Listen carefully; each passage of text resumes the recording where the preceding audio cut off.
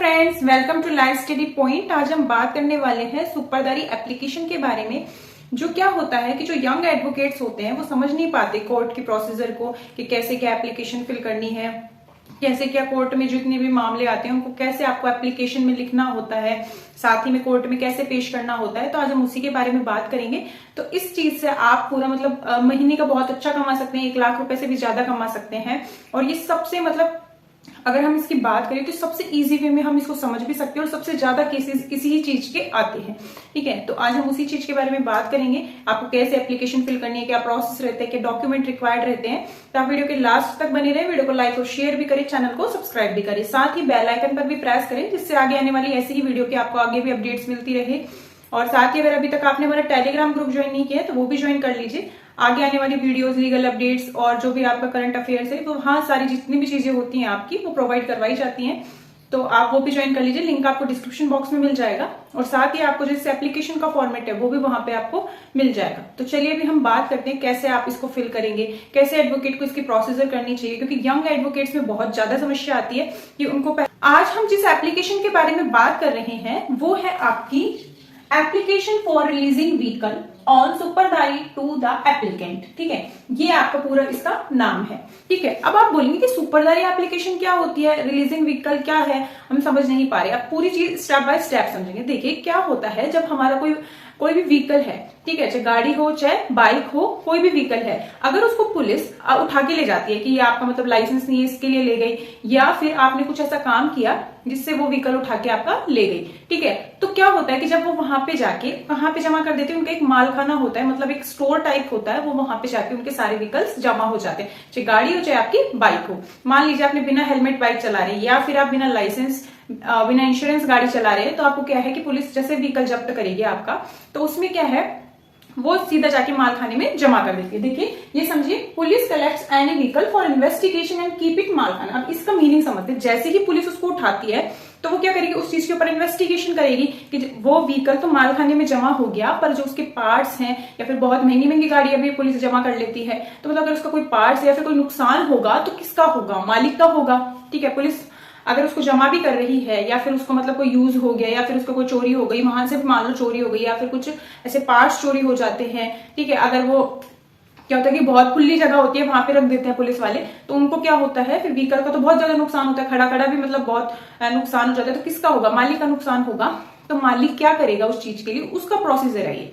ठीक है, कि मालिक उस चीज के प्रोसीजर के लिए कोर्ट में जाता है। कोर्ट से पहले किसके पास आएगा, एडवोकेट के पास। तो एडवोकेट वाली प्रोसीजर हम समझेंगे पूरी कि एडवोकेट को क्या करना चाहिए, कैसे एप्लीकेशन फिल करनी चाहिए और कैसे अपना जो क्लाइंट है उस चीजों को समझना चाहिए। ठीक है, तो देखिए जब हमने ये समझा कि इन्वेस्टिगेशन के दौरान अगर हमारे व्हीकल में कुछ भी नुकसान होता है तो मालिक का होगा, तो मालिक क्या करेगा, कोर्ट में जाएगा। ठीक है, कोर्ट से पहले किसके पास जाएगा, एडवोकेट के पास जाएगा। एडवोकेट क्या करेंगे, देखो, owner of the vehicle make application and seek release from the court. ठीक है, ऑनर है जो उस व्हीकल का, वो कहा जाएगा, एडवोकेट के पास जाएगा। एडवोकेट क्या करेगा, एक एप्लीकेशन फिल करेगा। उस एप्लीकेशन का नाम क्या होगा, application for releasing vehicle on सुपरदारी टू द एप्लीकेंट।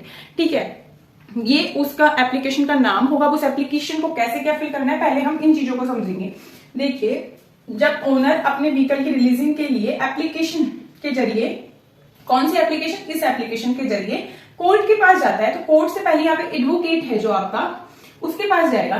ठीक है, तो क्या करेगा, कोर्ट विल बी इम्पोज्ड। ठीक है, कोर्ट क्या करेगी उसको, कोर्ट उस एप्लीकेशन को जैसे ही एडवोकेट देगा कि ठीक है ये आपकी एप्लीकेशन है, कौन सी एप्लीकेशन, ये जो आपकी एप्लीकेशन फॉर रिलीजिंग व्हीकल वाली है, सुपरदारी एप्लीकेशन बोलते हैं जिसको हम, वो कोर्ट को देगा। कोर्ट क्या करेगा, उसको पढ़ेगा और फिर वो इम्पोस्ट करेगा कि ठीक है अगर आप अपना व्हीकल ले जाना चाहते हो तो ठीक है ले जाइए, रिलीज कर देगा। पर कुछ कंडीशंस लगा देगा कि आप स्टेट के बाहर नहीं ले जा सकते, इसका कलर, हेडलाइट्स और जो इसका मेंटेनेंस है, कोई रिपेयरिंग बहुत बड़ी कि पूरी गाड़ी ही चेंज हो जाए या फिर कोई कलर है वो चेंज नहीं करवा सकते, डेंटिंग पेंटिंग कुछ भी नहीं करवा सकते आप अपने व्हीकल को। ठीक है, जैसा है आप लेके जा रहे हो वैसा ही हमें चाहिए। ठीक है, अब जैसे कोई टायर्स चेंज नहीं करना चाहिए, कुछ भी चेंजेस नहीं होने चाहिए बड़े। ठीक है, आप छोटा मोटा ठीक है कोई वायर हट गई वो लगवा रहे हो, वो कोई मैटर नहीं होता, कंडीशन सिर्फ बड़ी ही होती है। ठीक है, ये कंडीशंस होती हैं, इम्पोज कर देता है। ठीक है, वो रिलीज कर दिया मान लो व्हीकल को, पर व्हीकल कोर्ट ऑर्डर करेगा कि टेम्पररी रिलीज कर रहा हूं मैं, परमानेंट रिलीज नहीं कर रहा। कुछ कंडीशंस में परमानेंट भी रिलीज हो जाती है, पर हम यहाँ पे टेम्पररी रिलीज होती है उसके बारे में बात कर रहे हैं कि जब टेम्पररी रिलीज होती है व्हीकल्स, तब क्या करता है, कोर्ट ऑर्डर देगा कंडीशन विद कंडीशंस देगा, ठीक है। अब वो कौन से सेक्शंस में है, कुछ सेक्शन भी बता रखा होगा, देखिए under section 451 CrPC until trial, ठीक है। अब सेकंड ऑप्शन है कोर्ट के पास, जरूरी नहीं है वो रिलीज ही करे व्हीकल को, वो उस एप्लीकेशन को डिसमिस भी कर सकता है कि नहीं, अगर कोई ज्यादा बड़ा मैटर है वो व्हीकल को बिल्कुल रिलीज नहीं कर सकता तो वो डिसमिस भी कर देगा, ठीक है। ये बात आपको समझ में आ गई कि सुपरदारी एप्लीकेशन क्यों फिल होती है। अब समझेंगे कैसे फिल होती है सुपरदारी एप्लीकेशन, वो देखिए जब कोई प्रोसेस होता है तो वो कहाँ होता है, कोर्ट में होता है, ठीक है। एडवोकेट विल फाइल सुपरदारी एप्लीकेशन। एडवोकेट क्या करेगा कि पहले सुपरदारी एप्लीकेशन फिल करेगा। एप्लीकेशन का जो फॉर्मेट है आपको टेलीग्राम ग्रुप पे दे दिया गया है, वहां आप ज्वाइन कर लीजिए, वहां आपको मिल जाएगा, ठीक है।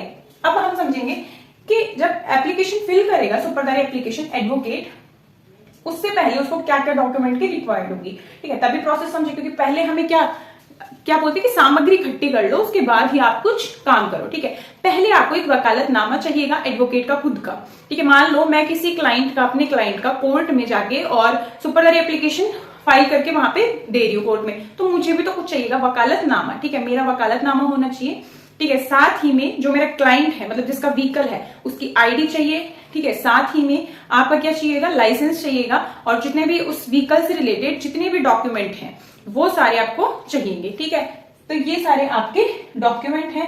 आपको सिर्फ 3 डॉक्यूमेंट का ध्यान रखना है कि वकालतनामा चाहिएगा, और जितने भी उस व्हीकल से रिलेटेड जितने भी डॉक्यूमेंट्स हैं आपके, जब उसको खरीदा था उसके मतलब जो भी उसको डॉक्यूमेंट है, लाइसेंस है, ये सारी चीजें चाहिएगी। पर्सनल खुद की आईडी चाहिएगी, ठीक है। तो वो कोर्ट में जाके वो सारी चीजें आपको उससे अटैच करके, सुपरदारी एप्लीकेशन से अटैच करके देनी होती है। अब समझेंगे जो प्रोसेस है उसमें और क्या क्या चीजें चाहिए। कोर्ट में impose condition and party has to furnish सुपरदारी bond non judicial stamp paper of 100 rupees. देखिए कोर्ट क्या होता है, हमारी तरह मुंह जबानी काम नहीं करता, वो पूरा रिटर्न में लेता है, ठीक है। मॉक काम नहीं होता वहां पे, ऑरली काम नहीं होता, सारा रिटर्न में काम होता है। जब भी कोई कंडीशन अप्लाई होती है तो एक बॉन्ड भरवा लेते हैं, ठीक है। जैसे कोई भी अगर जैसे अपराधी है, अगर उसको हम रिलीज कर रहे हैं कुछ टाइम के लिए, तो क्या होता है, एक बॉन्ड भरवा लेते हैं कि आप ये विदेश छोड़ के नहीं जाएंगे, देश छोड़ के नहीं जाएंगे विदेश में, या फिर आप मतलब कहीं अदर स्टेट में नहीं जाएंगे, अपना घर नहीं बेचेंगे, ऐसे बहुत सारी कंडीशंस अप्लाई कर देते हैं। तो ऐसे व्हीकल से रिलेटेड होती है, तो वो सारी क्या है, एक स्टैम्प पेपर पे होगी, ठीक है। स्टैम्प पेपर क्या होता है, एक लिखा हुआ सबूत माना जाता है, लिखित सबूत, ठीक है। वो क्या होगा, ठीक है, सुपरदारी bond non judicial stamp paper of 100 rupees, only 100 rupees का स्टैम्प पेपर होगा एक वो, ठीक है। ज्यादा महंगा भी नहीं है, और कोर्ट जो अपनी कंडीशन इंपोज करेगी पार्टी के ऊपर, वो सारी उसी के ऊपर लिखी होगी, उसी पे वो साइन करेगा, ठीक है।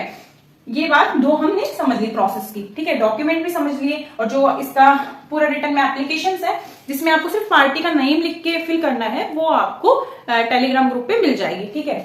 अब देखिए थर्ड क्या है, आफ्टर जब सुपरदारी bond accepted by the court order to release vehicle, ठीक है। अब देखो जब आफ्टर मतलब सुपरदारी बॉन्ड भरवा लिया कोर्ट ने, ठीक है, यहाँ पे सुपरदारी बॉन्ड भरा गया और उसको एक्सेप्ट भी हो गया, ठीक है, और उसका व्हीकल भी रिलीज हो गया, तो देखिए take court order copy give to मालकाना एंड व्हीकल रिलीज। देखो जैसे ही आपने स्टैम्प पेपर दिया, कोर्ट ने एक्सेप्ट किया, उसके बाद वही कॉपी एक मालकाना में, एक कॉपी कहाँ जाएगी, मालखाना में, जहां उनका स्टोर होगा, ठीक है, स्टोर रूम में जाएगी। वहां पे वो क्या करेंगे, एक साइन करेंगे, उसके बाद आपका व्हीकल रिलीज कर देंगे, आप उसको लेके आ सकते हैं। तो ये सुपरदारी एप्लीकेशन की पूरी प्रोसेस है, क्यों सुपरदारी एप्लीकेशन लिखी जाती है, तो ये पूरी चीजें हमने आपको डिफाइन की है। अगर आपको वीडियो पसंद आई है तो वीडियो को लाइक और शेयर जरूर करें, साथ ही चैनल को सब्सक्राइब भी करें।